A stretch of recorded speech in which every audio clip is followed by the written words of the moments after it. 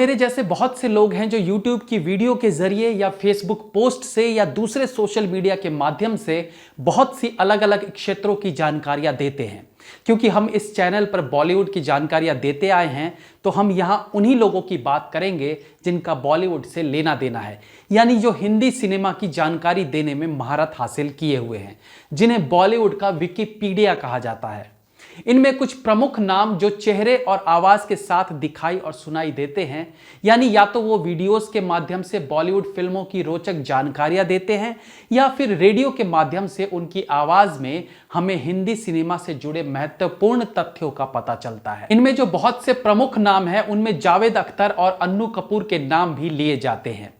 जावेद अख्तर जो टीवी पर एक शो में बॉलीवुड के एक्टर्स से लेकर सिंगर्स और म्यूजिशियंस तक की जानकारी देते थे, वहीं अन्नू कपूर को कई दफा लोगों ने बॉलीवुड का विकिपीडिया भी कहा है। पिछले दिनों ही वो कपिल शर्मा के शो पर भी आए थे, जहां खुद कपिल शर्मा ने उन्हें बॉलीवुड का एनसाइक्लोपीडिया कह के संबोधित किया था। इनको बॉलीवुड का एनसाइक्लोपीडिया कहा जाता है। और उस पूरे शो में उन्हें एक्टर के तौर पर नहीं बल्कि बॉलीवुड जानकार के तौर पर इंट्रोड्यूस कराया गया था।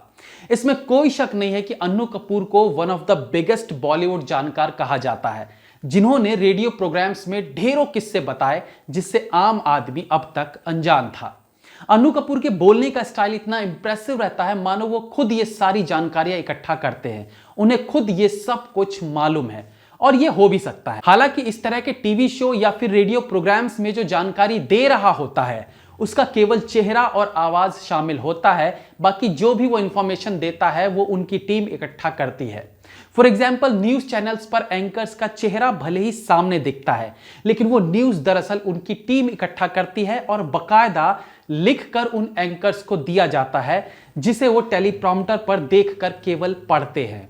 ठीक वैसे ही अन्नू कपूर के प्रोग्राम्स में भी हो सकता है या नहीं भी हो सकता है। इन दोनों बातों पर हम बात करेंगे आगे। लेकिन जब आपको विकिपीडिया जैसा तमगा दे दिया जाए तो फिर आपसे किसी गलती की उम्मीद नहीं होनी चाहिए, क्योंकि लाखों लोग आपकी इंफॉर्मेशन को सच मानते हैं। अभी हाल ही में एक वीडियो देखी जिसमें अन्नू कपूर मोहम्मद रफी साहब के बारे में एक पुरानी जानकारी दे रहे थे। उस वीडियो में उन्होंने बताया कि एक इंटरनेशनल शो था जिसमें 2 दिन का प्रोग्राम था। इस शो में रफी साहब के अलावा अमिताभ बच्चन भी शामिल थे। प्रोग्राम के अनुसार पहले दिन रफी साहब को परफॉर्म करना था और दूसरे दिन दूसरे सिंगर को परफॉर्म करना था। रफी साहब का पहले दिन का प्रोग्राम हुआ, उन्होंने एक से एक बढ़िया गाने सुना के ऑडियंस का मन मोह लिया और अगले दिन सुबह में वो वापस इंडिया जाने के लिए एयरपोर्ट निकल गए। अब इसी बीच ऑर्गेनाइजर का दूसरे सिंगर्स जिन्हें उस दिन परफॉर्म करना था, उनकी पैसों को लेकर कुछ बहस हो गई और उस सिंगर ने परफॉर्म करने से मना कर दिया। ऐसे में ऑर्गेनाइजर की हालत खराब हो गई और ऑर्गेनाइजर की खस्ता हालत देखकर अमिताभ बच्चन ने उनसे पूछा तो सारा मामला पता चला। अमिताभ बच्चन ने कहा, चलो एयरपोर्ट चलते हैं, वहां से रफी साहब को ले आते हैं ताकि यह प्रोग्राम उनके द्वारा किया जा सके। दोनों एयरपोर्ट के लिए निकल गए। वहां पहुंचकर पता चला कि रफी साहब ऑलरेडी प्लेन में बैठ चुके हैं। प्लेन टेक ऑफ होने वाला था। ऐसे में अमिताभ बच्चन ने एयरपोर्ट मैनेजर से बात की और उनसे मिन्नत की कि उन्हें रफी साहब से 5 मिनट के लिए बात करने दिया जाए। मैनेजर ने उनकी बात मान ली। दोनों लोग प्लेन में रफी साहब से मिले और रफी साहब प्रोग्राम करने के लिए मान गए। यह किस्सा सुनाया था अन्नू कपूर ने, जहां उन्होंने गलत इंफॉर्मेशन यह दी थी कि वो इंटरनेशनल शो नहीं था, बल्कि अपने ही देश में सिलीगुड़ी में एक इवेंट हुआ था।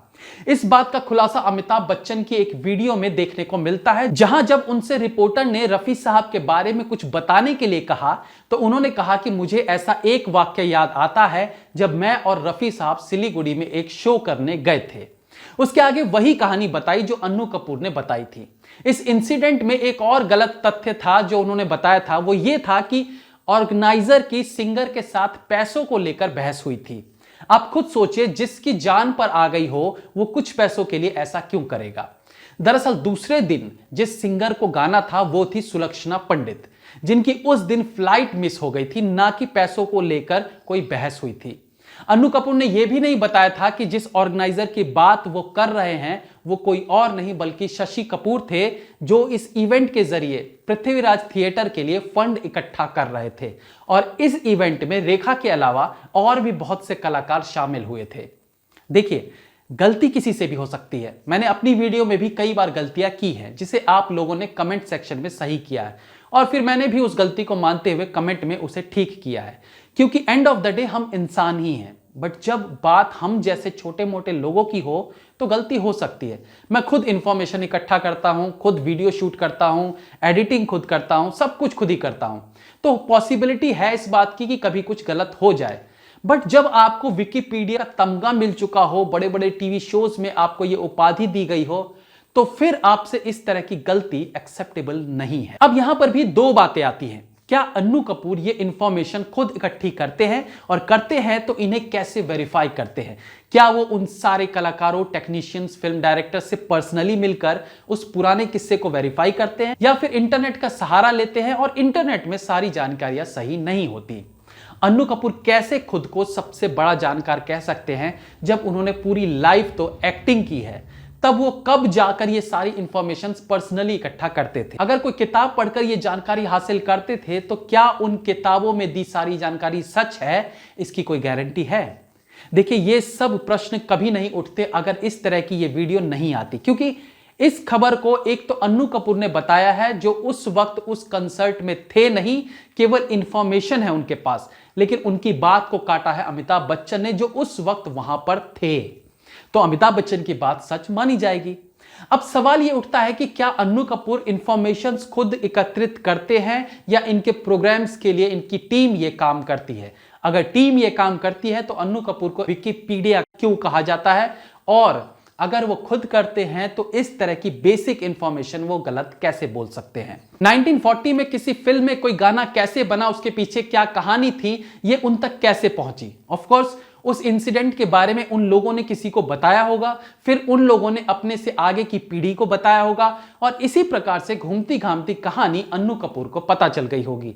लेकिन इस बात की कोई गारंटी है कि 1940 में जो कहानी उस गाने के बनने के पीछे थी वो सही थी और इस वक्त तक आते आते उस कहानी में बदलाव ना आया हो? हमने एक वीडियो बनाई थी जिसमें दोस्ती फिल्म के दोनों कलाकारों के बारे में बताया था। वो वीडियो आप हमारे चैनल पर देख सकते हैं और उसमें बताई गई बातों को वेरीफाई कर सकते हैं, जिसमें मैंने बताया था कि दोस्ती फिल्म के दोनों कलाकारों के साथ क्या कुछ हुआ था। जैसे कि अफवाह थी कि दिलीप कुमार ने दोनों को मरवा दिया था, जो कि गलत थी। इस वीडियो के बाद दोनों एक्टर्स के परिवार के सदस्यों के फोन तक मुझे आए और उन्होंने मुझे इस वीडियो के लिए धन्यवाद कहा। मैंने भी कभी गलत इंफॉर्मेशन दिया होगा, मैं भी आगे भी कोई गलती कर बैठूं, लेकिन हमारी कोई ऐसी वैल्यू नहीं है। हालांकि मैं हर जानकारी से पहले दिग्गज जानकारों से कंफर्म करता हूं, इंटरनेट पर अलग अलग जगह से वेरीफाई करता हूं, बट स्टिल हो सकता है गलती हो जाए। बट अन्नू कपूर हो या जावेद अख्तर या शेखर सुमन, जो इन जानकारियों के लिए ही जाने जाते हैं, उनसे इस तरह की गलती की उम्मीद नहीं रहती। आपको इस बारे में कुछ कहना हो तो हमें कमेंट सेक्शन में जरूर बताइएगा। Be safe, have fun. मिलते हैं अगली बार फिर किसी नए एपिसोड के साथ। तब तक के लिए